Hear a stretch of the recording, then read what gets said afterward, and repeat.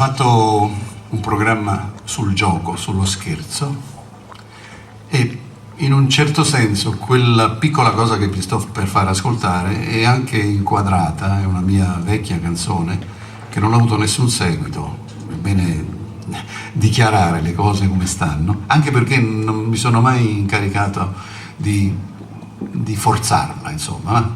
Si chiama come il titolo di questo programma, cioè Formato Napoli. Noi abbiamo una capacità particolare di trasformare, assimilare e adattare al nostro, come dire, al nostro piacimento o secondo il nostro intuito le cose che sono normali per altre parti, insomma, per altre parti dell'Italia, per altre parti del mondo.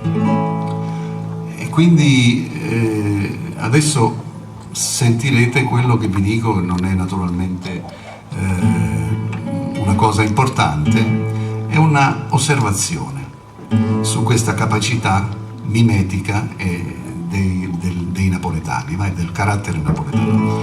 La la la la, la la la la, la la la la, la la la.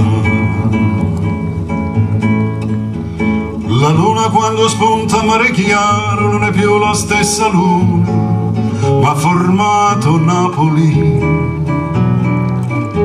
Il sole che tramonta in fronte a te, stesso sole più non è, ma ha formato Napoli. La bocca che baciare ti vorrei mentre dormi e sogni lui, è formato Napoli. E il cuore che si squaglia in vietta a te quando tu t'azzicca a me, è formato Napoli.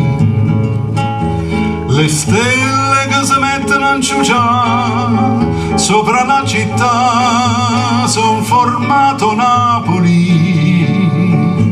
E Brigida che femmina non è, pare un caffè formato Napoli. Il fiume che scende nella montagna per nome che si lagna, è formato Napoli.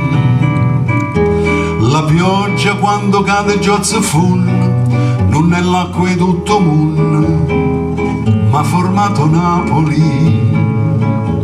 Allora è tutta una specialità, pure la questa città, è formato Napoli.